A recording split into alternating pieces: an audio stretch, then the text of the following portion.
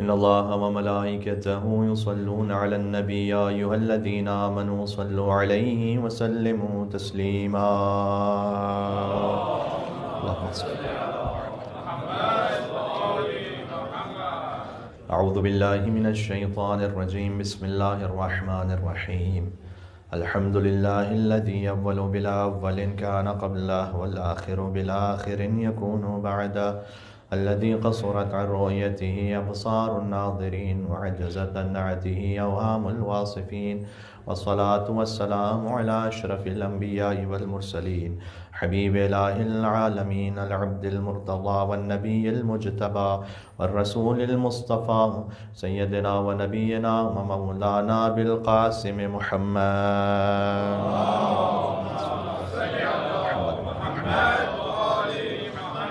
وعلى آله الطيبين الطاهرين المعصومين المظلومين المنتجبين المنتخبين الميامين، سيما بقية الله في الأرضين. اللهم صل وسلم وزد وبارك على صاحب الدعوة النبوية والصولة الحيدرية والعصمة الفاطمية والحلم الحسنية والشجاعة الحسينية والعبادة السجادية والمآثر الباقرية والآثار الجعفرية والعلوم الكاظمية والحجج الرضبية والجود التقوية والنقاوة النقوية والهيبة العسكرية والغيبة الإلهية. صل على محمد وعلى محمد. رحمة الله على محبيهم واللعنة الدائمة على أعدائهم أجمعين. بسم الله الرحمن الرحيم. يا أبا جعفر يا محمد بن علي أيها الباقر يا ابن رسول الله يا حجة الله على خلقه يا سيدنا ومولانا إنا توجهنا واستشفعنا وتوسلنا بك إلى الله وقدمناك بين يدي حاجاتنا يا وجيها عند الله اشفع لنا. ایک اور بار نام امام محمد باقر علیہ السلام پر. یا وجیہاً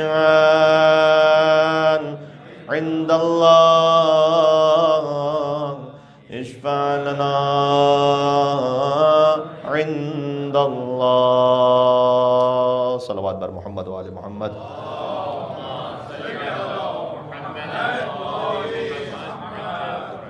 اما بعد فقد قال اللہ الحکیم فی کتابہ المجید. بسم اللہ الرحمن الرحیم.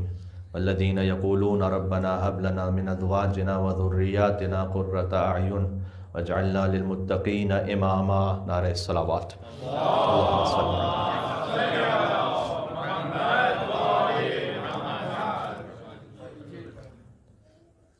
آغا حسنین کریمین حضور مکرم کے دو نواسے امام حسن اور امام حسین علیہ السلام. حسنین کریمین کے نواسے اور پوتے کی مجلس عزا ہے. وہ امام ہیں کہ جنہیں باقر حضور مکرم نے لقب عطا فرمایا. جابر ابن عبداللہ انصاری سے کہا کہ تم میرے فرزند محمد باقر سے ملاقات کرو گے اور میرا سلام میرے فرزند تک پہنچانا. اگر ہو سکا تو میں آگے اس کے کسی وجہ سے اہل سنت حوالے بھی تفصیل سے عرض کر دوں گا، اس لیے کہ جب حضور مکرم کسی کو سلام پہنچائیں تو وہ علیہ السلام نہ ہوں گے تو پھر کون علیہ السلام ہے؟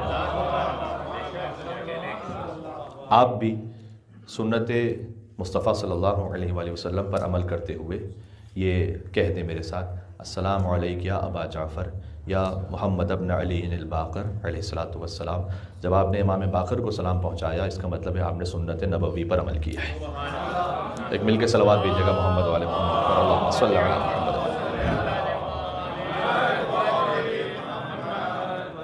آئے اولو الامر کے ذیل میں حضور مکرم نے یہ سلام پہنچانے کی بات کہی تھی کہ جب اطیعوا اللہ و اطیعوا الرسول و اولی الامر منکم کی آیت نازل ہوئی تو اس وقت جابر بن عبداللہ انصاری نے پوچھا تھا کہ اللہ جانتے ہیں سب کہ اللہ کی اطاعت کی جائے، رسول اللہ کی اطاعت کی جائے، آپ ہیں، اولو الامر کون ہے؟ تو فرمایا کہ علی ہیں، حسن اور امام حسین وہیں گود میں تھے رسول اللہ کے، پھر حسین ہیں، اور پھر فرمایا کہ حسین ہی کی اولاد میں محمد باقر ہے، ان تک میرا سلام پہنچانا۔ قرآن کریم کی وہ آیت جو میں نے آپ کے سامنے سرنامہ کلام میں پڑھی ہے، ایک اہم موضوع کی جانب اس میں اشارہ ہے، اور میں ترجمہ کرتے ہوئے بس میں متصل ہو جاؤں گا امام محمد باقر علیہ السلام کے موضوع سے، کہ سورہ فرقان میں اللہ عز و جل نے یہ فرمایا ہے کہ والذین یقولون ربنا ھب لنا من ازواجنا وذریاتنا قرۃ اعین، کہ مومنین دعا کرتے ہیں کہ پروردگار تو قرار دے ہماری ازواج میں اور ذریتوں میں، کیا قرار دے؟ قرۃ اعین، ہماری آنکھوں کی ٹھنڈک قرار دے۔ یہ دعا مانگنے کے لیے کہا گیا قرآن میں، وجعلنا للمتقین اماما، اور ہمیں متقین کا امام بنا دے۔ اس خاطر ہے کہ یہ جو آخری فقرہ ہے نا، وجعلنا للمتقین اماما، ہمیں متقین کا امام بنا دے، تو سعید ابن جبیر ایک بڑے مفسر ہیں، اہل سنت مفسرین میں بھی جب انہیں کوٹ کرتے ہیں تو ایک بڑا احترام ہے سعید ابن جبیر، امام زین العابدین کے زمانے کے۔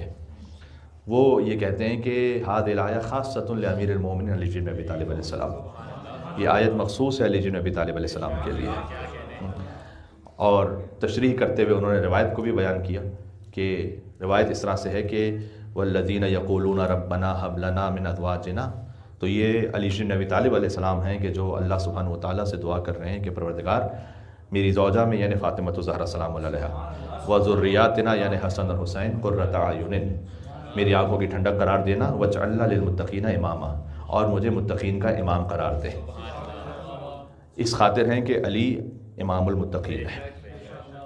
تو یہ آیت اپنے تمام تر کمال کے ساتھ مولا علی علیہ السلام کے لیے ہے، اور پھر تنزل میں ہمیں بھی یہ کہا گیا کہ تم دعا مانگو کہ تمہاری آنکھوں کی ٹھنڈک تمہارے خانوادے میں رہے، ازواج اور ذریات میں پروردگار تو ہماری آنکھوں کی ٹھنڈک قرار دینا۔ ایک اور روایت ہے حضور مکرم ہی سے کہ حضور نے فرمایا کہ یہاں چونکہ آیت اصل میں تو حضور پہ نازل ہوئی ہے نا، تو ازواج سے مراد بی بی خدیجہ الکبریٰ سلام اللہ علیہا ہے، اور ذریت میری فاطمہ الزہرا ہیں، آنکھوں کی ٹھنڈک حسن اور حسین ہے، وجعلنا للمتقین اماما علی بن ابی طالب علیہ السلام ہے۔ یہ روایت ہے۔ اللہم صل علی،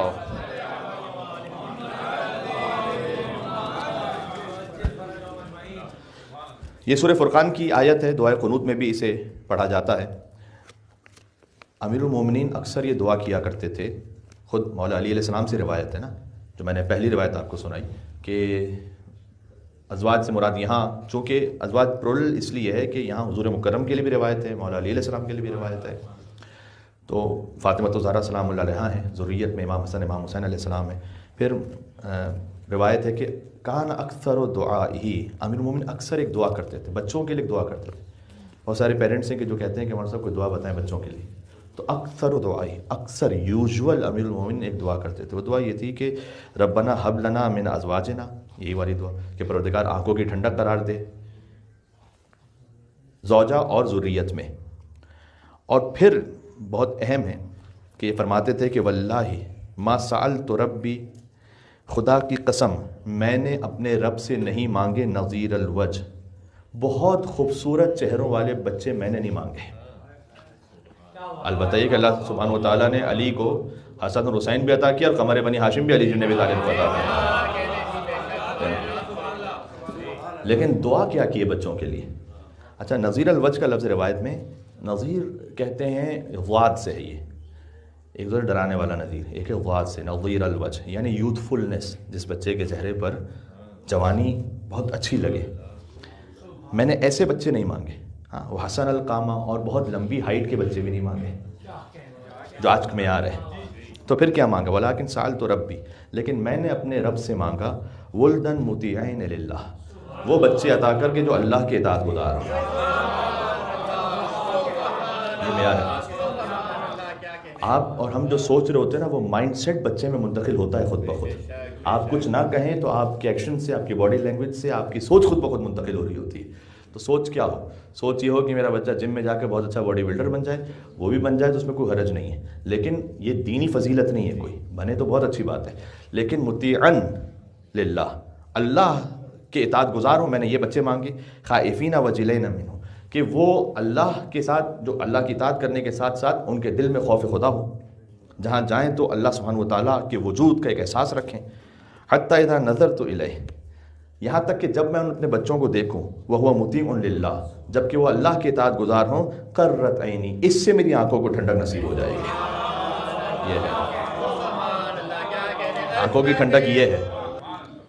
لہٰذا حضور مکرم نے جبرائیل سے یہ کہا تھا، جو روایت میں نے آپ کو سنائی تھی، وہ جبرائیل سے حضور مکرم نے کہا تھا جب آیت نازل ہوئی تھی کہ یہاں ازواج سے مراد خدیجہ ہیں، ذریات سے مراد فاطمہ زہرا ہیں، آنکھوں کی ٹھنڈک سے مراد حسن اور حسین ہیں، اور متقین کے امام سے مراد علی بن ابی طالب علیہ السلام ہیں. تو مولا علی علیہ السلام نے کون سے بچے مانگے؟ وہ بچے مانگے کہ جب وہ اللہ کی راہ میں اطاعت کرنے والے ہوں تب آنکھوں کو ٹھنڈک نصیب ہو. ہیں ایسے پیرنٹس بھی دنیا میں کہ جنہوں نے اپنی زندگی پہلے تو کیئرلیسنس کے ساتھ گزاری، لیکن آج وہ بعض علماء کے پاس آ کر کہتے ہیں کہ مولانا میں $1 ملین خرچ کرنے کو تیار ہوں فقط اس بات پر کہ میرا بچہ مجلس میں آ کے بیٹھے. اب تڑپ ہے دل میں. لیکن بعض مرتبہ جب وقت گزر چکا ہوتا ہے تو وقت گزرنے کے بعد آپ کچھ بھی کر کے اس وقت کو واپس پلٹا نہیں سکتے. اس لیے ہر گزرتا ہوا دن اسے قیمتی سمجھیں، ہر لمحہ قیمتی، ہر موقع قیمتی. کبھی نصیحت کرنے کے لیے جو ایک موقع پر نصیحت ہوتی ہے اس کا اثر وہ بات کی 10 مجلسوں میں بڑھ کر ہے. میں جیسے ایک مثال دے رہا تھا آج پیرنٹنگ سیشن جو فرسٹ ہمارا ہوا تھا وہ آن لائن اب اویلیبل بھی ہے ہمارے پیج پر، آپ اس کو جا کے دیکھ سکتے ہیں. اور آج اس کی دوسری سیریز تھی کہ ایک عالم دین بیان کر رہے تھے کہ میرا ایکسیڈنٹ ہو گیا تھا، فریکچر تھا اور میں ہاسپٹلائز تھا. تو کچھ جوان مجھ سے عیادت کے لیے آئے تو انہوں نے ویسے مجھ سے کہا کہ کوئی نصیحت کیجیے. اب عالم دین یعنی انہوں نے مجھ سے کہا نصیحت کیجیے. تو میں نے ان سے کہا کہ دیکھو ابھی میرا پیر فریکچر ہے، میں اٹھ نہیں سکتا ہوں اور کھڑے ہو کے نماز نہیں پڑھ سکتا. تو میں اللہ نے پیر دیے ہیں، تم کھڑے ہو کے نماز پڑھ سکتے ہو، لہٰذا اس موقع کو غنیمت جانو اور نماز پڑھو. کہتے ہیں یہ اس موقع کی جو نصیحت ہے اس کا جو اثر ہے. تو اس خاطر ہے کہ امیر المومنین نے کہا آنکھوں کی ٹھنڈک اس وقت ہوگی کہ جب تم دیکھو گے تمہارے بچے اللہ کی اطاعت میں. اس خاطر ہے کہ جب علی اکبر چلیں تو امام حسین علیہ السلام کے دل پر کیا گزری، کہ وہ بیٹا ہے کہ جو سیرت و صورت میں رسول اللہ جیسا ہے. تو حسین کی آنکھوں کی ٹھنڈک، حسین کا وجود، میوہ قلب وہ جا رہا ہے مقتل کی جانب. لہذا حسین نے کہا کہ اس کیفیت کے، اس تکلیف کا کوئی اندازہ لگا ہی نہیں سکتا، اس لیے کہ حسین جیسا باپ ہے اور علی اکبر جیسا بیٹا ہے. تو یہ مولا علیہ السلام نے فرمایا کہ آنکھوں کو ٹھنڈک اس وقت نصیب ہوگی کہ جب بیٹے اللہ کی راہ میں ہوں گے. ابھی جو آنکھوں کی ٹھنڈک کی بات ہے تو ایک دنیا میں آنکھوں کی ٹھنڈک ہے، ازواج و ذریات کو آنکھوں کی ٹھنڈک قرار دے اور متقین کا امام بنا دے. حدیث میں آیا کہ اہل بیت علیہ السلام کے لیے آیت ہے. ہماری آنکھوں کو ٹھنڈک کیسے نصیب ہو؟ آنکھوں ٹھنڈک کا مطلب یہ ہوتا ہے کہ کمال سکون اور اطمینان. یہ اشارہ ہے اس بات کی طرف. قیامت میں آنکھوں کی ٹھنڈک نصیب ہوگی. من سرہ ان یلقى اللہ عز وجل وهو قریر العین فلیتوالى محمد بن علی الباقر. رسول اللہ نے فرمایا کہ جو اللہ سے ایسے ملاقات کرے میدان محشر میں کہ اس کی آنکھیں ٹھنڈی ہو جائے، اسے چاہیے کہ محمد باقر کی محبت کو لے کر اللہ کے پاس جائے. تو آپ کا اس مجلس میں بیٹھنا انشاءاللہ آپ کو قیامت میں آنکھوں کی ٹھنڈک نصیب کرے گا، اس لیے کہ مولا محمد باقر کی محبت میں آپ اس فرش عطا پر موجود ہیں. 3 معصومین کاملاً شبیہ ہیں رسول اللہ کے. ایک شباہت ہے حضور مکرم کی بی بی فاطمہ زہرا سلام اللہ علیہ سے. اللہم صلی علی محمد و علی محمد. روایت میں ہے کہ مشیت و رسول اللہ، جب وہ چلتی تھی تو ایسا لگتا تھا جیسے رسول اللہ چل کر آ رہے ہیں، لیکن بہرحال ہیں تو مستور، تو ان کا چلنا تو ہے رسول اللہ جیسا، لیکن مکمل جسامت میں کوئی رسول اللہ جیسا ہو وہ 3 امام ہیں. اولنا محمد، اوسطنا محمد، آخرنا محمد، کلنا محمد، سبھی ہیں. یہ حدیث اشارہ کر رہی ہے حقیقت محمدیہ کی طرف کہ جو حضور مکرم کی حقیقت ہے وہی امام محمد باقر علیہ السلام کی حقیقت ہے. جبکہ خود امام محمد باقر علیہ السلام اس حدیث کا اس میں بامسمہ ہے، کیونکہ وسط میں امام محمد باقر علیہ السلام ہے معصومین کے، 7ویں معصوم ہے نا، تو 14 معصومین میں 7ویں معصوم ہے امام محمد باقر علیہ السلام. تو اوسطنا محمد کا اس میں بامسمہ امام محمد باقر علیہ السلام ہے. لیکن جن کا پورا وجود شبیہ رسول ہو، امام حسن علیہ السلام. امام حسن علیہ السلام کاملا رسول اللہ کی شبیہ تھے. امام محمد باقر علیہ السلام اسمہ اسمی و شمائلہ شمائلی، جن کا نام میرے نام پر ہے اور جن کا پورا حلیہ میرے حلیے پر ہے، یہ رسول اللہ کی سند ہے. اور آپ کے زمانے کے امام زمانہ مہدی عجل اللہ تعالیٰ فرجہ شریف، بالکل رسول اللہ جیسے.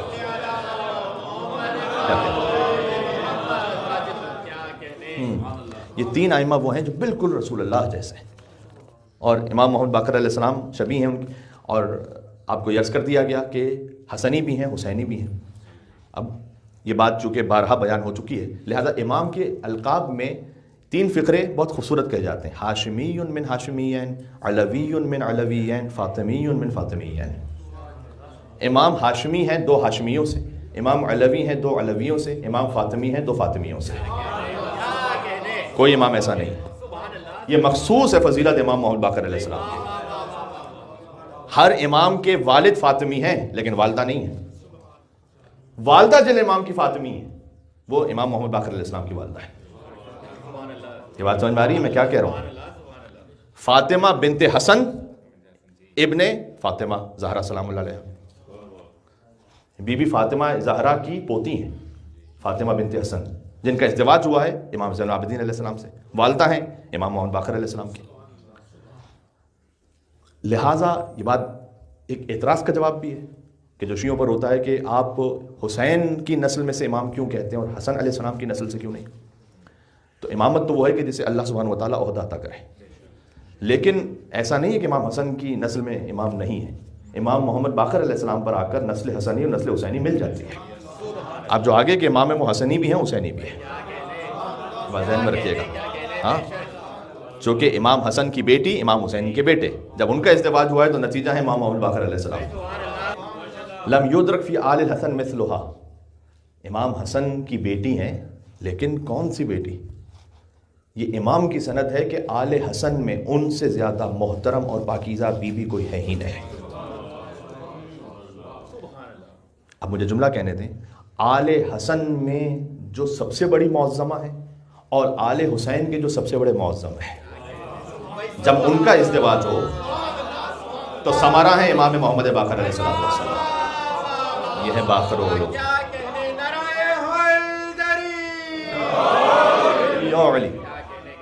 آل حسن میں کوئی فاطمہ بنت حسن جیسا نہیں، آل حسین میں کوئی زین العابدین اور سید الساجدین جیسا نہیں۔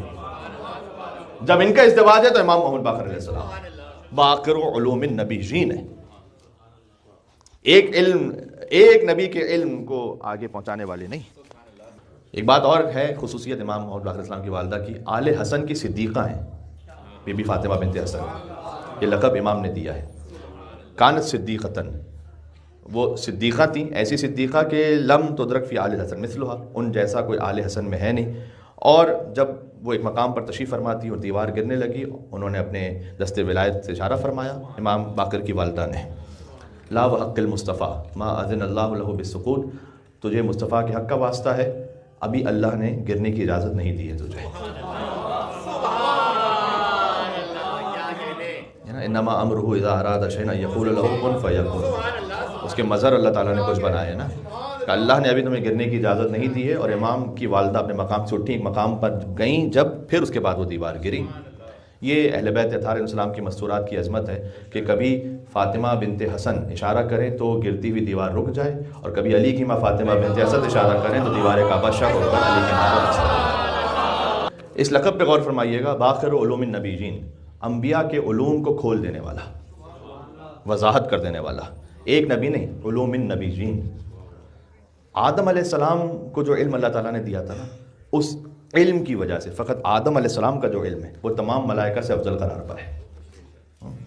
وعلم آدم الاسماء کلھا، اللہ تعالیٰ نے کہا کہ میں انی جاعل فی الارض خلیفہ اتجعل فیہا من یفسد فیہا ویسفک الدماء ونحن نسبح بحمدک ونقدس لک قال انی اعلم ما لا تعلمون وعلم آدم الاسماء کلھا۔ پروردگار تو اسے خلیفہ بنائے گا جو زمین میں فساد کرنے والا ہے اور خون بہانے والا ہے، جبکہ ہم تیری تسبیح کرتے ہیں، تیری تقدیس کرتے ہیں۔ اللہ نے کہا جو میں جانتا ہوں وہ تم نہیں جانتے، اور ہم نے آدم کو اسماء کا علم عطا کیا۔ یہ جو آدم علیہ السلام کو اسماء کا علم عطا ہوا، اللہ تعالیٰ کی جو خلافت ہے نا، اس کا معیار تسبیح و تقدیس نہیں ہے، اس کا معیار علم ہے۔ یہ بات ذہن میں رکھیے گا، تسبیح تقدیس تو ملائکہ بھی کر رہے تھے، وہ علم کے جو راہ خدا میں ہے، جو اللہ کی جانب سے عطا کیا گیا، وہ علم معیار ہے۔ اس علم کی وجہ سے آدم علیہ السلام کو ملائکہ پر برتری حاصل ہوئی، اور تمام ملائکہ نے سجدہ کیا آدم علیہ السلام کو۔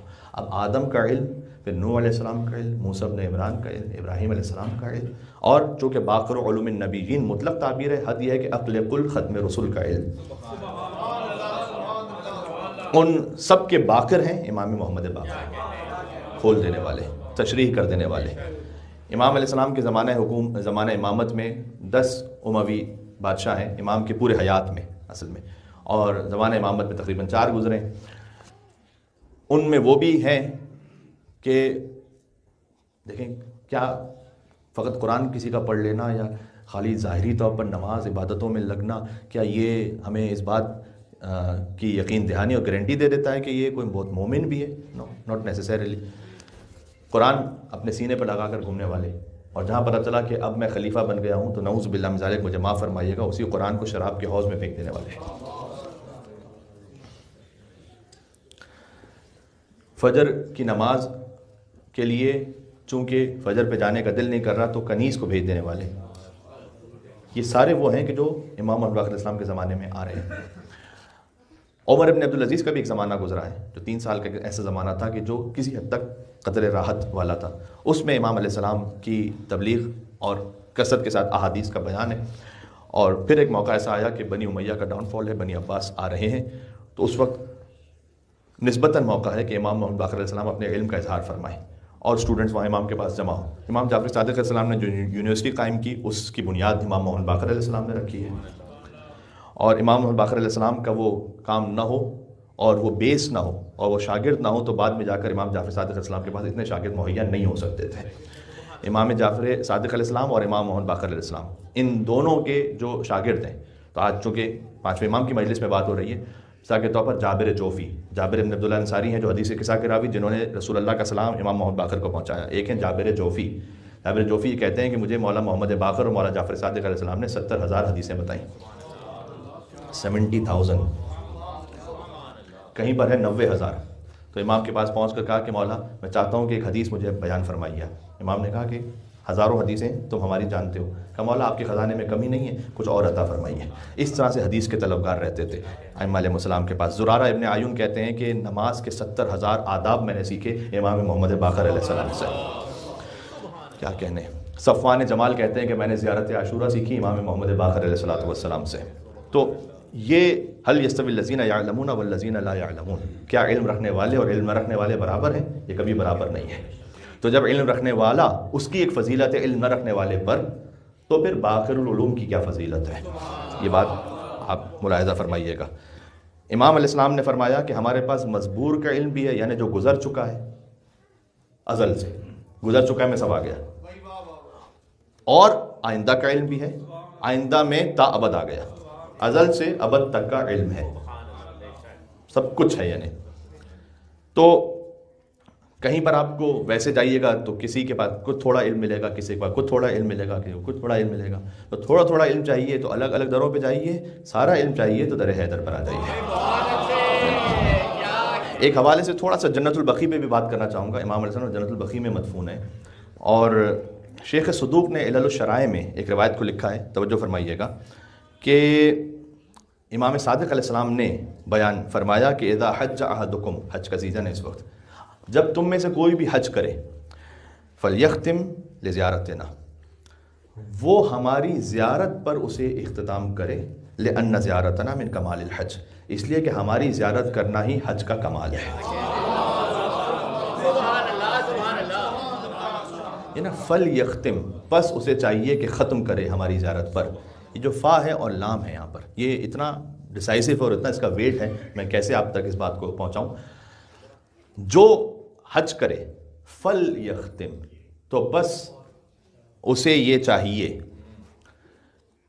فا، قرآن میں حرف فا کا استعمال، اس پر پوری پوری کتابیں لکھی گئی ہیں، 56 پیجز کی کتاب فقط اس بات پر کہ فا کیا ہے۔ پڑھ کے بات کر رہا ہوں آپ سے، حرف فا کیا ہے، اس کے کتنے میننگز ہیں۔ اس کا ایک میننگ ہے ترتیب، یعنی سیکوینس، حرف فا سیکوینس کو بیان کرتا ہے۔ والعادیات ذبحا فالموریات قدحا، سرپٹ دوڑتے ہوئے گھوڑوں کی قسم کہ جب وہ دوڑیں تو چنگاریاں نکلیں۔ تو پہلے دوڑیں گے تو پھر چنگاریاں نکلیں گے نا، سیکوینس ہے یہ۔ حرف فا تحقیق کو بیان کرتا ہے، یعنی ایک ایسا کام کہ جس میں کوئی وقفہ نہیں ہے درمیان میں۔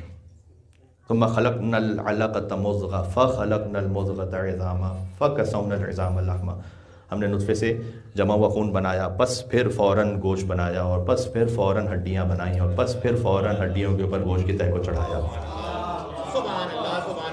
فان نتیجے کے لیے بھی آتا ہے، اسی سے آگے فَتَبَارَكَ اللَّهُ أَحْسَنُ الْخَالِقِينَ، تو اس کا نتیجہ یہ ہے کہ کیا ہی بہترین ہے وہ خلق کرنے والا پروردگار۔ فا دنیا ہے اس میں، ویسے تو قرآن کے ہر حرف میں دنیا ہے، ابھی تو میں نے ایک فا کے حرف کی بات کی ہے خالی۔ اس طرح میں ہم سے اور کیا عرض کروں، فا آتا ہے ایکسپلینیشن کے لیے، کبھی تفریع کے لیے، تفریح نہیں، تفریح یعنی ایک کام ہے اس کی اور کیا برانچز ہیں، برانچنگ کے لیے حرف فا استعمال ہوتا ہے۔ اب امام نے فرمایا اذا حج احدکم، جب تم میں سے کوئی حج کرے، فلیختم، لام یہاں لام امر ہے، فا نتیجے کے لیے ہے، بلکہ فا اصل میں اس تاکید کے لیے ہے، اور حج کے اگر میں کہوں کہ وہ نتیجے کے لیے تو وہ بات بھی درست ہے کہ حج کا کمال ہے ہی نہیں اس وقت تک جب تک کہ تم ہم اہل بیت یعنی جو بقی میں مدفون ہیں ان کی زیارت نہ کرنے آؤ، فَلْيَخْتِمْ، اس وقت تک گویا ختم نہیں ہوا ابھی حج کا معاملہ، فقہی طور پر ختم ہو گیا ہے لیکن کمال حج ابھی حاصل نہیں ہوا۔ ہماری زیارت کا نتیجہ ہے کمال حج، حرف فا۔ اب معمولاً اس زیارت سے کم توجہ رہتی ہے، اور چونکہ امام باقر علیہ السلام مدفون ہے جنت البقیع میں، اس لیے میں نے اس موقع کو مناسب سمجھا کہ آپ سے یہ عرض کروں کہ جن پر حج واجب ہے، اب خیر حج ہی ایسا ہو گیا کہ پتہ نہیں کتنوں پر واجب رہا اور کتنوں پہ نہیں رہا، لیکن جن کے پاس گنجائش ہے وہ ضرور تشریف لے جائیں، اور آپ فرض کیجئے کہ پاکستان سے جا سکتے ہیں اور یہ آپ کے پاس امکان میں کہ استطاعت ہے کہ جائیں اور پھر واپس آئیں تو وہ بھی استطاعت رہتی ہے، اور اگر نہ جا سکیں تو پھر عمرہ کی سعادت۔ بہرحال جو جنت البقیع کی زیارت ہے، امام صادق علیہ السلام نے فرمایا کہ ہم چار جو جنت البقیع میں مدفون ہیں، میں چار ائمہ کی بات کر رہا ہوں اس وقت، سیدہ کون سلام اللہ علیہ کی قبر معلوم نہیں ہے کہ جنت البقیع میں ہے یا نہیں ہے، تو ہم چار ائمہ کی زیارت وہ حج کا کمپلیشن ہے۔ کیا بات ہے، کون سے چار ائمہ ہیں؟ ارکان البلاد، امناء الرحمن، ابواب الایمان، سلالۃ النبیین، صفوۃ المرسلین، عطرۃ خیرۃ رب العالمین، شہداء دار الفنا و شفعاء دار البقاء، والرحمۃ الموصولہ والآیۃ المخزونہ والامانۃ المحفوظہ والباب المبتلی بہ الناس۔ آپ وہ ہیں کہ جن کے ذریعے اللہ امتحان لیتا ہے لوگوں کا، آپ وہ دروازہ ہیں کہ جن کے ذریعے سے امتحان لیتا ہے اللہ لوگوں کا، امام محمد باقر علیہ السلام کے ذریعے سے، امام جعفر صادق علیہ السلام کے ذریعے سے۔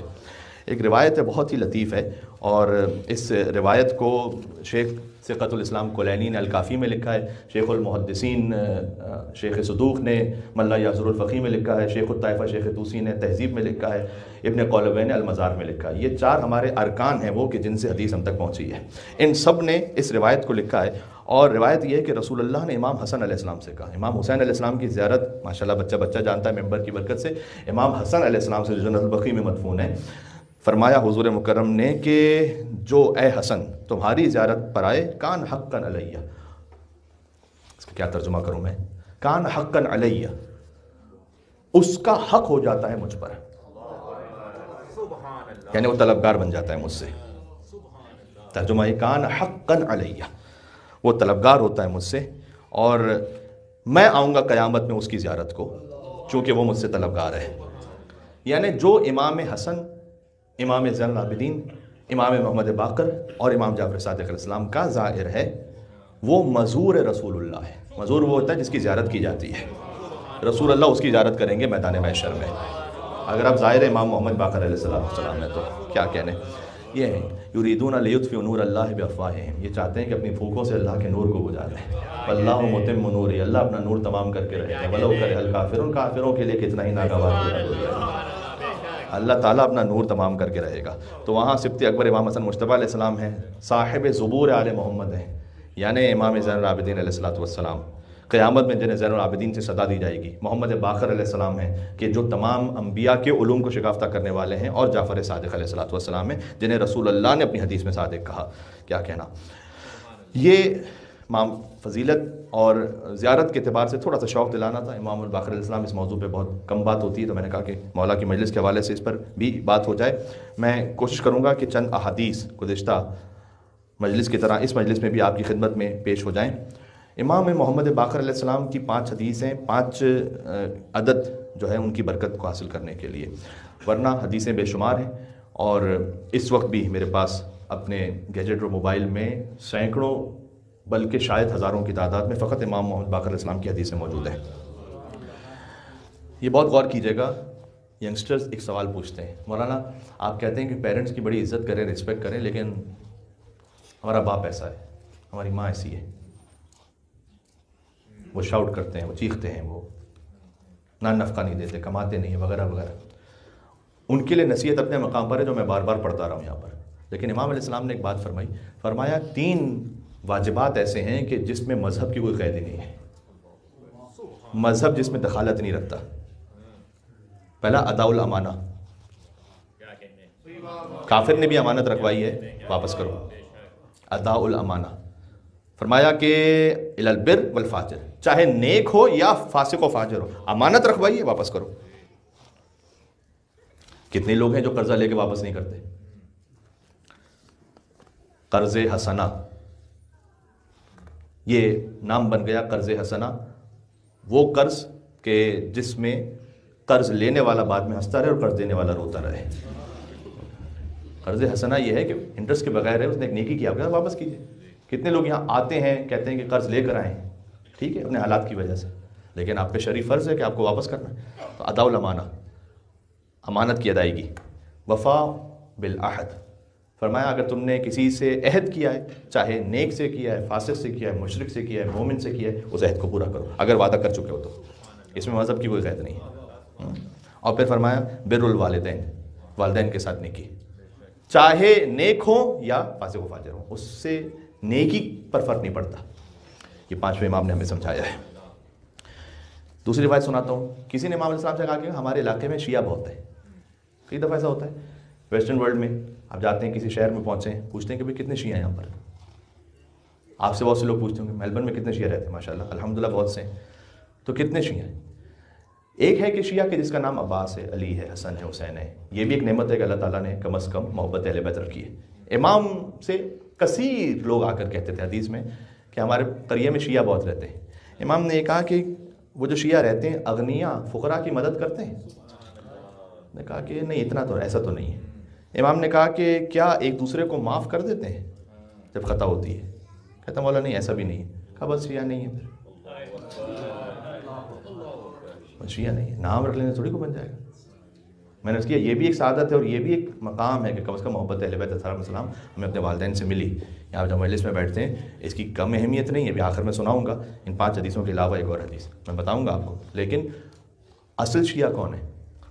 اگر آپ کا تعلق پوری کمیونٹی سے اور سارے معاملات سے نہیں ہے تو کم از کم آپ کی فیملی، ایکسٹینڈڈ فرینڈس، ان میں تو ہے نا۔ امام نے پوچھا کہ کیا فقراء کی مدد کرتے ہیں اغنیاء؟ کہا نہیں۔ کہا ایک دوسرے کو غلطیوں پر معاف کرتے ہیں یا دل میں لے کے بیٹھے رہتے ہیں؟ کہا والا معاف نہیں کرتے۔ کہا وہ شیعہ نہیں ہے۔ دوسری حدیث، اچھا ہے کون پھر شیعہ؟ امام علیہ السلام نے، میں سیکوینس میں کوشش کرتا ہوں کہ حدیثیں آپ تک سناؤں۔ 5ویں امام ہی نے فرمایا کہ خود کو امتحان کرو ان 9 کوالٹیز سے، اگر ہیں تو اللہ کا شکر ادا کرو، نہیں ہے تو اللہ سے دعا کرو۔ یہ 9 کوالٹیز امام علیہ السلام نے بیان فرمائی، صفات ہیں: یقین، قناعت، صبر، شکر، حلم، حسن خلق، سخاوت، شجاعت، پاکیزگی۔ یہ 9 ہیں، اللہ کا شکر ادا کرو، نہیں ہے اللہ سے دعا کرو۔ پھر سے کہتا ہوں تاکہ آپ تک اچھی طرح سے بات پہنچے۔ یقین وہ دولت ہے کہ جو سب سے کم تقسیم ہوئی ہے، حدیث میں آیا ہے، حتیٰ ایمان سے بھی کم جو نعمت تقسیم ہوئی ہے وہ یقین ہے۔ یقین کی سمپل ایگزامپل دوں، مولانا صاحب کیا مطلب؟ ہم سب یقین رکھتے ہیں اللہ ہے، ابھی میں ایگزامپل دیتا ہوں آپ کو، پھر دیکھیے گا یقین ایسا ہے یا نہیں۔ ایک شخص نے، میٹافور ہے شاید یہ، ایک شخص نے اپنے کندھے پر اپنے ہی بیٹے کو بٹھایا، ایک جگہ سے دوسری جگہ تک روپ بندھی ہوئی ہے، ایک بلڈنگ سے دوسری بلڈنگ، روپ پر اس نے چلنا شروع کیا، چلتے چلتے چلتے دوسرے اینڈ پہ پہنچ گیا تو سب نے کلیپنگ کی، سیلفیز لیں۔ اس نے کہا کہ کیا آپ سب یہ یقین رکھتے ہیں، اپنے بیٹے کو بٹھا کے آئے، تو کیا آپ سب یہ یقین رکھتے ہیں کہ میں یہاں سے دوبارہ واپس جا سکتا ہوں؟ کہا ہاں بالکل، ہم نے دیکھ لیا، ہمیں 100% یقین ہے۔ کہ پھر آپ میں سے کون ہے جو میرے کندھے پہ بیٹھ سکتا ہے؟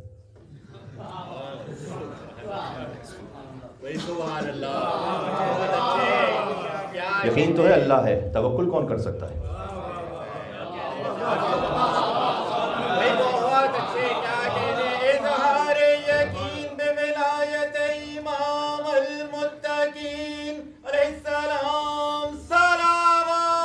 اللہم صلی علی محمد۔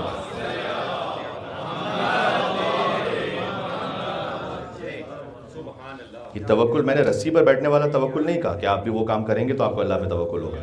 میں نے یہ کہا ہے کہ ایک تنازع ہو گیا ہسبینڈ وائف میں، دو مومنوں میں، سامنے والا آپ کو پتا ہے جھوٹ پہ جھوٹ بول رہا ہے، تو کتنا دل کرتا ہے اندر سے یار چار میں بھی کہہ دوں، وہ مجھے اتنا ایکسپوز کر رہا ہے، خام و خواہی میں نے کچھ کیا، جھوٹ بول رہا ہے۔ لوگ اس وقت وقتی طور پر یقین بھی کر رہے ہیں، کتنا شیطان ابھارتا ہے، تم بھی دو باتیں کہہ دو۔ یقین کس کو ہے کہ نہیں میں سچ بولوں گا اللہ سبحانہ و تعالیٰ کامیابی عطا کرے گا۔ کامیابی کا معیار کیا ہے؟ دنیا تھوڑی۔ کس کو اس بات پہ اتنا یقین ہے؟ تو یہ ہے اصل توکل۔ امام علیہ السلام نے کہا اللہ سے یقین مانگو، اس لیے کہ آپ اس کے ماننے والے ہیں کہ جس کا یقین اس مقام اور معراج پر ہے کہ آنکھوں سے حجاب ہٹ جائے تب بھی یقین بڑھنے نہیں والا، کیونکہ یقین میں بڑھنے کی گنجائش بچی نہیں ہے۔ یہ ہے علی بن ابی طالب، کیا کہہ رہے ہیں یا علی یا علی۔ دوسرا فرمایا قناعت مانگو، یہ قناعت بہت بڑی نعمت ہے، اور اگر اس پر کہیں نہ کہیں ہم نے اپنے بچوں کے لیے بند نہ باندھا تو خواہشات نفسانی کے اسیر ہوتے جائیں گے، بڑھتی جائے گی خواہش۔ آپ ہر چیز میں کبھی کبھار مائیں یہ غلطی کرتی ہیں، کبھی باپ بھی غلطی کر لیتے ہیں کہ اگر فرض کیجئے کہ کوئی چیز آپ بچے کو نہیں بھی دلا سکتے، فائنینشلی آپ کی اتنی اس وقت استطاعت نہیں ہے، ہرگز یہ نہیں کہیں، مائیں عام طور پر کہہ دیتی ہیں کہ وہ بیٹا تمہارے بابا کے پاس پیسے نہیں ہیں ابھی۔ غلط ہے، یہ ہیومیلیشن ہے، ڈیگریڈیشن ہے۔ کیوں کہتی ہیں؟ یا باپ خود ہی یہ کہے بیٹا ابھی تو پیسے نہیں، آپ کو تو پتہ نہیں، ایسا نہ کریں۔ آپ اسے اس بات پہ لے کے جائیں کہ بیٹا آپ سوچیں آپ کو ضرورت بھی ہے اس بات کی، یا آپ کے دماغ میں کسی نے ہو سکتا ہے کوئی شیطانی وسوسہ ہے، ضرورت کریٹ کر دی ہے۔ ہاں، جب تک یہ نہیں تھی جائے، آپ فرض کیجئے آپ دلا بھی سکتے ہیں، میں تو تب کی بات کر رہا ہوں، کیا ہر وہ شے جو آپ دلا سکتے ہیں ضروری کہ دلائیں گے؟ تو پھر اسے یہ کیسے پتہ چلے گا کہ میری ہر خواہش پوری نہیں ہو سکتی ہے؟ تو اگر آپ نے ہر خواہش کی پوری کرتی رہی تو جب وہ خود جوان ہے تو آپ جو خواہش اس کے دل میں اسے پوری کرنی ہے، حلال سے نہیں ہوگی تو حرام سے کرنی ہے۔ قناعت، صبر، اس لیے کہا قناعت سے بڑھ کے کوئی دولت نہیں ہے۔ صبر، شکر، حلم، حسن خلق، سخاوت، شجاعت، پاکیزگی، یہ تیسری حدیث ہو گئی امام باقر علیہ السلام کی، توجہ فرمائیے گا۔ چوتھی حدیث آپ جو بیٹھے ہوئے امام کے نام پر اس سلسلے میں حدیث ہے۔ فضل ابن یسار نے امام سے کہا، بلکہ کیا ہی بات ہے نا، امام سے اصل میں امام محمد باقر نے خود پوچھا، اس سے حدیث کا ویٹ اور بڑھ جاتا ہے علم الحدیث میں کہ امام خود سے کلام آغاز کریں۔ امام نے پوچھا کہ اے فضل بن یسار، یہ جو تم ہمارے شیعہ اور چاہنے والے محبین ایک ساتھ بیٹھتے ہو کبھی؟ ماشاءاللہ بہت بڑی تعداد میں آپ تشریف فرمائیں، بیٹھے ہوئے یہاں پر، کہ ایک ساتھ بیٹھتے ہو؟ فضل نے کہا کہ جی ہم بیٹھتے ہیں ایک ساتھ۔ امام نے کہا کتنی اچھی ہیں ایسی مجالس، کتنا ہی اچھا ایسا بیٹھنا۔ مجالس یہاں پر ہمارے مجالس کے میننگ میں نہیں ہے، مجالس یعنی بیٹھنا، کتنا ہی اچھا ایسا بیٹھنا۔ یہ جگہ فرمایا انی احب تلک المجالس، میں ان بیٹھکوں سے محبت کرتا ہوں جہاں حلال ہو، حرام نہ ہو۔ ہاں جہاں، تو آپ کا اس طریقے سے بیٹھنا، دیکھیے صحیح عقیدے والوں کے ساتھ بیٹھیں۔ حدیث میں آیا ہے مولا علیہ السلام نے فرمایا ان کے ساتھ نہ بیٹھو کہ جو دین کے بارے میں انسینسٹیو ہے، نہیں بیٹھو، دین کے بارے میں جو سینسٹیو ہے اس کے ساتھ بیٹھے تو آپ کو بھی انسینسٹیو بنا دے گا۔ امام محمد باقر علیہ السلام کا فرمان ہے، امام کی نصیحت ہے۔ ایسے لوگوں سے دوستی نہیں کیجیے جن کو مثلا نجاست طہارت کے بارے میں انسینسٹیو ہے۔ آپ نے خود یہ کوشش کرنی ہے، بالکل جن کے چھوٹے بچے ہیں، اب جب وہ اسکول جانا شروع کرتے ہیں، آہستہ آہستہ اسکول میں دیکھتے ہیں دوسروں کو کسی اور طریقے سے رفع حاجت کرتے ہوئے، ان کی عادت ہو جاتی ہے۔ تو یہ انسینسٹیوٹی ہے اس بارے میں کہ نجاست طہارت کا کوئی پتہ نہیں، احساس نہیں کوئی۔ فشار قبر کے اسباب میں سے ایک سبب بیان کیا گیا ہے کہ نجاست طہارت کا خیال نہ رکھنے والا بات ذہن میں رکھیے گا. تو اس سلسلے میں یہ آپ کی ذمہ داری کے بچوں کو سکھائیں. سبحان اللہ. فرمایا 5ویں حدیث، خدا کے نزدیک محبوب ترین اعمال، سب سے اچھا عمل کون سا ہے؟ یہ بہت سوال ہے. اس میں آپ کو احادیث الگ الگ ملیں گی، الگ الگ کیفیتوں نوعیتوں پر، لیکن امام نے ایک فارمولہ دیا ہے. آپ کا ایک چھوٹا عمل، امام نے خود چھوٹا کہا حدیث میں ایک وجہ سے، ایک قلیل عمل بھی اللہ کو سب سے زیادہ پسند آ سکتا ہے. ایک شرط ہے، اخلاص تو ہے ہی، وہ تو آپ جانتے ہیں. امام نے کہا اللہ کو سب سے محبوب عمل کون سا ہے؟ جو تم مسلسل کیے جاؤ، چاہے وہ ان قلت، چاہے کمی کیوں نہ ہو، بریک نہیں دیں اس میں. اذان اقامت آپ اگر نہیں دیتے نماز سے پہلے، جب فرادہ نماز پڑھتے ہیں تو دیا کریں. اگر آپ کی جاب اور آفس کی وجہ سے آپ کے پاس اتنا ٹائم نہیں ہوتا تو بات الگ ہے، لیکن معمول آپ رکھیں کہ آپ اذان اقامت دیں. امام علیہ السلام نے فرمایا ہے کہ جو اذان و اقامت دے، تو اگر فقط اقامت دے تو اللہ سبحانہ و تعالیٰ ملائکہ کی ایک سب اس کے پیچھے کھڑی کرتا ہے. جماعت میں ہوتی ہے نا اقامت، تب آپ جماعت تو پڑھ نہیں رہے، تو آپ کس کو پڑھائیں گے پھر نماز؟ ملائکہ کو. اور کہ اذان اور اقامت دے تو ملائکہ کی 2 صفیں، چھوٹی صفیں نہیں، صفوں کا بھی تو مطلب ہوتا ہے نا.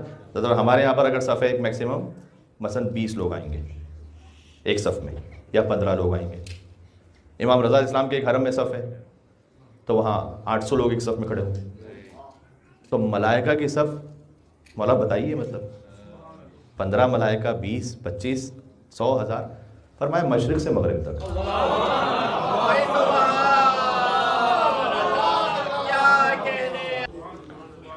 45 منٹ سے زیادہ ہو گئے مجھے بات کرتے ہوئے، بلکہ شاید 50 منٹ سے زیادہ.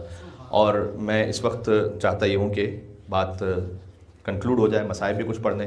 یہ 5 حدیثیں میں نے آپ کی خدمت میں امام علیہ السلام سے عددی برکت حاصل کرتے ہوئے پیش کر دیں. ایک حدیث سن لیجیے گا جس میں خود امام نے 5 کا ذکر کیا ہے. تو 5ویں امام ہیں. آپ جانتے ہیں کہ 5 اور 7 کا عدد امام اسلام کی زندگی میں بہت ریپیٹ ہوا ہے. 5ویں امام، 7ویں معصوم، 57 ایج، 57 ہجرہ میں امام کی ولادت. لہذا چونکہ 61 ہجرہ میں کربلا ہے تو امام کربلا کے چشمدید گواہ ہیں، کیونکہ 57 ہجری میں امام کی ولادت ہے. تو 57 کا عدد بار بار ریپیٹ ہے. خود امام علیہ السلام نے فرمایا اپنے آباء و اجداد سے بیان کرتے ہوئے کہ رسول اللہ نے بیان فرمایا کہ اسلام کے پلرز 5 ہیں. نماز خیمہ دین کا ستون ہے، آپ جانتے ہیں، لیکن پورے دین کے 5 پلرز ہیں ایکچولی: الصلاۃ والصوم والحج والزکوٰۃ والولایہ. نماز، روزہ، حج، زکوٰۃ اور ولایت. پھر امام نے فرمایا کہ کسی بھی امر کی طرف اتنا شدت سے اللہ نے نہیں بلایا جتنا ولایت کی طرف بلایا ہے. یہ ہے تو سب ہے. پھر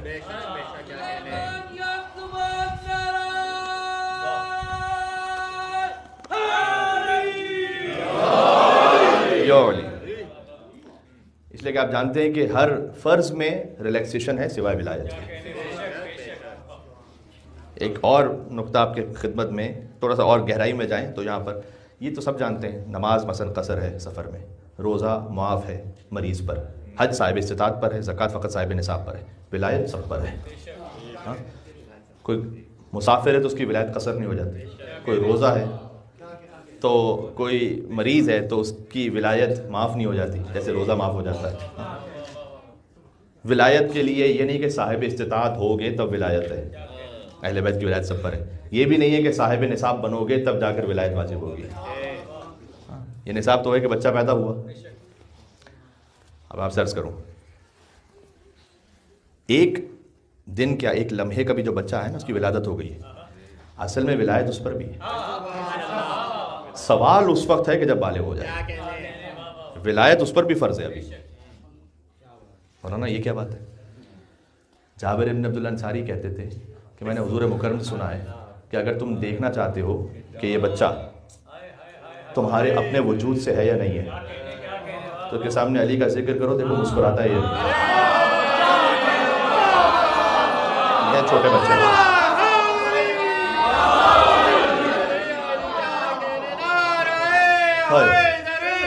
یا علی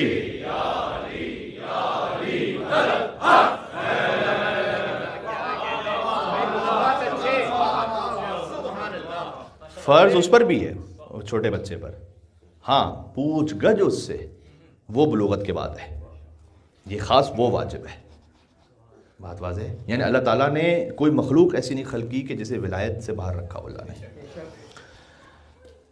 ان امام کی مجلس میں تشریف فرمائے جو خود بھی کربلا میں تھے، جن کے بابا کربلا میں تھے، جن کے دادا کربلا میں تھے، اور یہ کم مومنین جانتے ہیں جن کی والدہ بھی کربلا میں تھی۔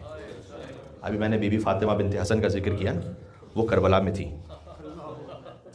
امام زین العابدین علیہ السلام اپنی زوجہ کے ساتھ کربلا سے کوفہ اور کوفہ سے شام کے بازاروں اور درباروں میں گئے، فقط بہنوں کے ساتھ نہیں، زوجہ کے ساتھ، فقط سکینہ کے ساتھ نہیں گئے امام، فقط پھوپھیوں کے ساتھ نہیں گئے امام، شہزادی زینب اور شہزادی ام کلثوم سلام اللہ علیہما کے ساتھ امام زین العابدین کی زوجہ بھی ہیں، حضرت فاطمہ بنت حسن، امام محمد باقر کی والدہ۔ ہمیشہ ہم نے مصائب میں سنا ہے کہ 4 سال کی بچی کو اتنے تماچے مارے گئے کہ چہرے کا رنگ بدل گیا۔ تو میں سوچتا ہوں کہ جب 4 سال کی بچی کو تماچے مارے گئے تو 3 سال کے محمد باقر کو بھی تو تماچے مارے گئے۔ مولا محمد باقر علیہ السلام کو کتنے تماچے مارے گئے خدا جانتا ہے۔ امام محمد باقر علیہ السلام کے مصائب میں ایک سخت ترین مصیبت ہے، چاہے علم امامت کی تو بات ہی جدا ہے، میں تو ایک عام حالت میں بات کر رہا ہوں، چاہے فقط ایک 3 سال کا بچہ ہو، آپ اس کے سامنے باپ کو تھپڑ مار دیں، اس 3 سال کے بچے کی کیا کیفیت ہوگی آپ دیکھیے گا۔ اس سے بڑا ظلم ہو نہیں سکتا، اس سے بڑے سخت مصائب ہو نہیں سکتے کہ وہ ایک چھوٹا بچہ دیکھے کہ اس کے باپ کو مارا جا رہا ہے۔ 3 سال کے مولا محمد باقر علیہ السلام ہیں اور باپ کے ہاتھوں میں ہتھکڑیاں ہیں، کمر پہ لنگر ہے، پیروں میں بیڑیاں ہیں، گلے میں توق ہے۔ سید سجاد کی پشت پر کربلا کی تاریخ لکھی گئی ہے اور اس کے چشمدید گواہ ہیں امام محمد باقر علیہ السلام۔ امام محمد باقر کی ایک وصیت ہے جس وصیت پر آپ عمل کر رہے ہیں اس وقت۔ جب امام کی شہادت قریب تھی نا تو امام نے فرمایا تھا کہ میرے مال میں سے ایک حصہ متعین کرنا کہ منی کے میدان میں میرا ماتم ہوتا رہے۔ آپ مجلس امام محمد باقر علیہ السلام میں موجود ہیں، یہ امام باقر کی تمنا تھی کہ منی کے میدان میں میرا ماتم ہوتا رہے۔ کیوں؟ 7 ذی الحج جب آتی ہے نا امام کی شہادت کی تاریخ، سارے حاجی مدینہ سے جا چکے ہوتے ہیں، جو حج کرنے والے ہیں وہ مکہ پہنچ چکے ہوتے ہیں، تو 7 ذی الحج کو کوئی حاجی زائر مدینہ میں ہوتا نہیں ہے، جنت البقیع ویران ہے۔ امام کی اس وقت مخصوص شیعہ کوئی ہوں تو وہ زیارت پر پہنچے وہاں پر، ورنہ حاجی ہوتے ہیں وہ مدینہ چھوڑ چکے ہوتے ہیں۔ تو امام کی یہ تمنا تھی کہ جہاں کہیں اجتماع ہو لوگوں کا منی کے میدان میں وہاں میرا ذکر ہو، تو آپ کا یہ اتنا بڑا اجتماع یہاں اس وقت امام محمد باقر علیہ السلام کے قلب کی تسکین کا سبب ہے، اور ان کی جدہ بی بی فاطمہ الزہرا سلام اللہ علیہا کی تسکین کا سبب ہے۔ پرسہ لینے کے لیے مدینہ سے زہرا آئی ہیں، شام سے بی بی زینب آئی ہیں، اور وہ 4 سال کی بچی بھی آئی ہے جو مولا محمد باقر کے ساتھ ساتھ تھی۔ ہائے ہائے ہائے ہائے، امام محمد باقر ہی نے تعلیم دی کہ دیکھو میرے جد حسین کے روضے پر جاؤ تو کہو السلام علیک ابا عبداللہ وعلی الارواح التي حلت بفنائک، ایسے زیارت عاشورہ پڑھو، ایسے کہو کہ اللہم لعن اول ظالم ظلم حق محمد وآل محمد وآخر تابع له على ذلك، اللہم لعن الإصابة التي جاهدت الحسین وشایعت وبایعت وتابعت على قتل، اللہم لعنهم جميعا۔ امام محمد باقر علیہ السلام نے زیارت عاشورہ تعلیم فرمائی۔ یہ وہی امام ہیں کہ جنہوں نے یہ بھی ارشاد فرمایا ہے کہ اگر تمہارے آنسو بہیں میرے جد حسین پر ہوتے ہوئے، ہر امام ہی مظلوم ہے لیکن سب نے کہا حسین پر رو، حسین پر رو، اور چونکہ امام محمد باقر کی تو نگاہوں میں وہ سارا منظر ہے کہ وہ شمر جالس علی صدر، شمر امام حسین کے سینے پر بیٹھا اور اس نے داڑھی پکڑ کر امام حسین علیہ السلام کو شہید کرنا چاہیے۔ امام محمد باقر خود کربلا میں ہیں، فرمایا اگر تم میرے جد حسین پر ایسے رو کہ آنسو بہتے ہوئے رخسار تک آ جائیں تو اللہ جنت میں رسول اللہ کے ساتھ تمہیں خاص مقام عطا فرمائے گا۔ لہٰذا اگر آپ رو سکیں، آنکھیں نم ہو جائیں تو کوشش کریں کہ اتنا بھی رو لیں دوران مصائب کی آنسو بہتے ہوئے رخسار تک آ جائیں، اور اگر نہ آ سکیں تو خود آپ اپنے آنسوؤں کو لے آئیں اپنے ہاتھوں سے رخسار تک۔ کیا مولا محمد باقر میرے رخساروں پر آپ کے جد حسین کے نام سے آنسو ہیں۔ ہائے ہائے ہائے، اللہ اکبر اللہ اکبر۔ امام محمد باقر علیہ السلام، شام ابن عبد الملک نے امام علیہ السلام کو زہر دیا ہے، مولا کی شہادت ہوئی ہے، زین میں زہر دیا گیا امام کو۔ آپ جانتے ہیں، میں نے عرض کیا تھا کہ مختلف ائمہ کے زہر کی کیفیتیں بھی مختلف ہیں۔ حسن مجتبیٰ کے کلیجے کٹ کٹ کٹ ٹکڑے لگن میں آ رہے تھے۔ امام محمد تقی الجواد کو ایسا زہر دیا گیا تھا کہ شدید پیاسے تھے، امام بار بار العطش العطش کہتے تھے۔ زین سے جب امام محمد باقر علیہ السلام کو زہر دیا گیا تو امام کا پورا جسم زرد پڑنے لگا تھا۔ میں چند فقرے امام محمد باقر علیہ السلام ہی نے جو مصائب ارشاد فرمائے ان سے بھی پڑھوں گا۔ امام محمد باقر علیہ السلام لیکن جب شہادت کی منزل آ گئی تو روایت میں ہے کہ گھر میں احترام کے ساتھ امام محمد باقر کو امام صادق علیہ السلام نے غسل دیا ہے، احترام کے ساتھ کفن دیا، جنازہ ہوا امام کا۔ حسین کے جیسا دن تو کسی کا دن ہے نہیں، کسی امام کا جنازہ 3 دن تک بے گور و کفن کربلا کی زمین پر حسین کی طرح نہیں رکھا۔ اللہ اکبر۔ امام محمد باقر علیہ السلام کا جنازہ چلا اور احترام کے ساتھ بقیع میں باپ کے پہلو میں دفن کیا گیا۔ یاد ہے امام حسن علیہ السلام کے مصائب میں نے پڑھے تھے، جب وہ نانا کے پہلو میں آنا چاہتے تھے تو کسی نے دفن ہونے کی اجازت نہیں دی تھی، تیر مارے گئے۔ حسن مجتبیٰ کا جنازہ خون سے تر ہو گیا، وہ کفن خون سے تر ہو گیا۔ اللہ اکبر۔ لیکن امام محمد باقر علیہ السلام کا جنازہ جب جنت البقیع چلا تو ادب احترام کے ساتھ امام زین العابدین کے پہلو میں دفن کیا گیا۔ ایک فقرہ مجھے یہاں کہنے دیں، امام حسن، امام زین العابدین، امام محمد باقر، امام جعفر صادق علیہ السلام، جو قبریں آپ اس وقت سوچتے ہیں نا، ایسا نہیں کہ شروع سے ایسی ہی قبریں تھیں۔ ان قبروں کے بعد اس پہ مزار بھی تھے، اس میں گنبد بھی تھے، اس میں ایک زری بھی موجود تھی جو بعد میں منہدم کی گئی۔ 4 ائمہ ہیں جن کی قبریں پامال ہوئی ہیں، امام حسن، امام زین العابدین، امام محمد باقر، امام جعفر صادق، ان کی قبریں پامال ہو گئیں، لاشا فقط ایک کا پامال ہو گئی۔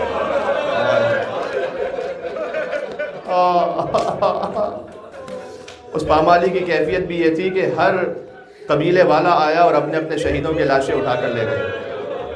آخر میں ایک بہن دیکھ رہی تھی کہ کوئی سید کا لاشا بھی لے جائے گا، کوئی مظلوم کا لاشا بھی لے جائے گا، لیکن دائیں طرف کے گھوڑے بائیں طرف، بائیں طرف کے گھوڑے دائیں طرف، کم از کم 10 گھوڑ سوار لکھے ہیں، 10 گھوڑے ایک حسین کے بدن پر بار بار دوڑتے تھے۔ انہوں نے لوہے سے نال بندی کی تھی۔ اب عبداللہ حسین علیہ السلام کا جسم کچل گیا، ٹکڑے ٹکڑے ہو گیا۔ اس لیے جب بیٹی پہنچی نا باپ کے لاشے پر تو سینے پر سونے کی جگہ نہیں تھی، تو روایت میں کہ قدموں میں سر رکھا سکینہ نے، شام غریبہ قدموں پر سوئی۔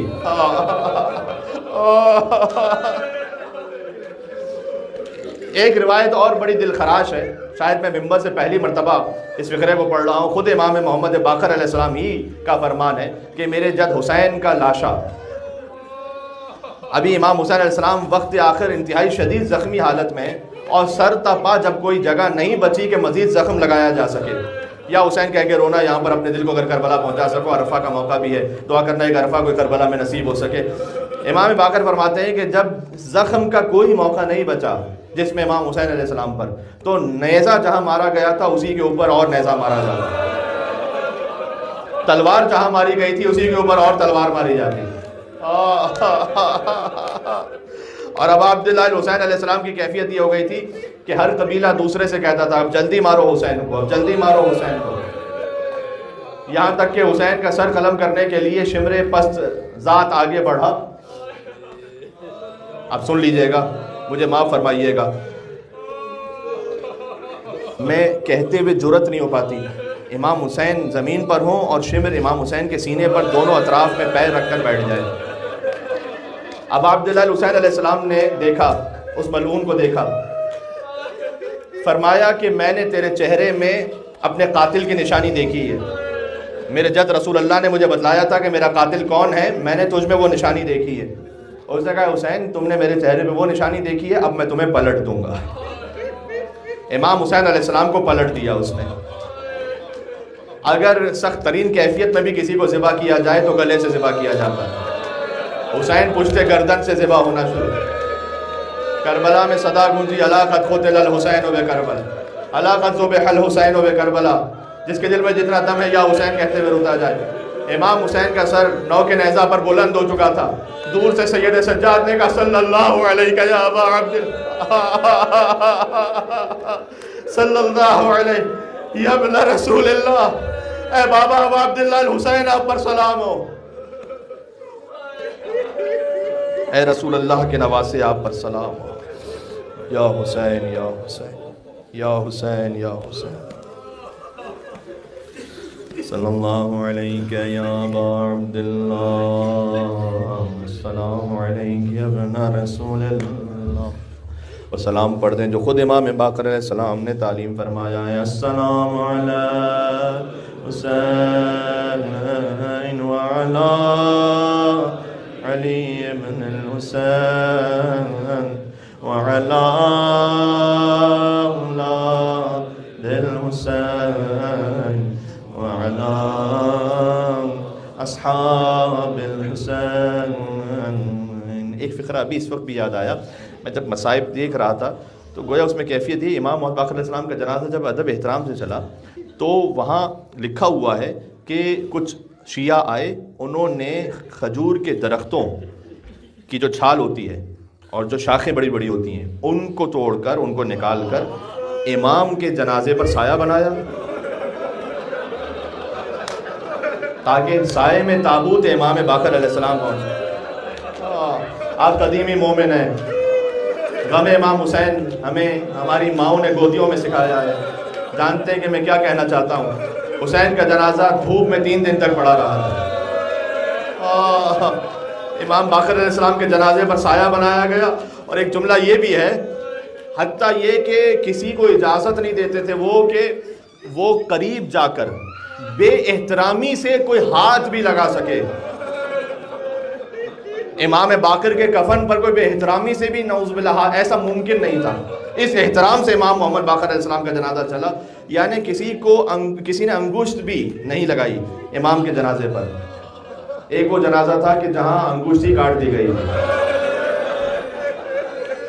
ایک شخی آیا جب امام حسین کی انگشتری اتارنے کے اور وہ انگشتری اترتی نہیں تھی, وہ حسین کی انگلیاں کاٹ کر چلا گیا. کہتا ہوں 1400 سال بعد یہ زخم کتنا سخت ہے. ایک شیعہ سے یہ کہا جائے کہ نواسہ رسول جگر گوشہ بطول کی انگلیاں کاٹ دی گئی تھی.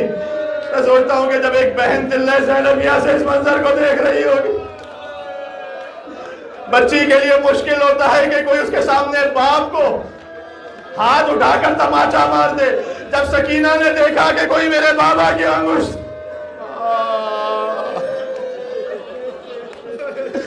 لہذا فریاد کی بابا آپ کی گردن کی رگیں کس نے کاٹی بابا, آپ کی داڑھی کو خضاب.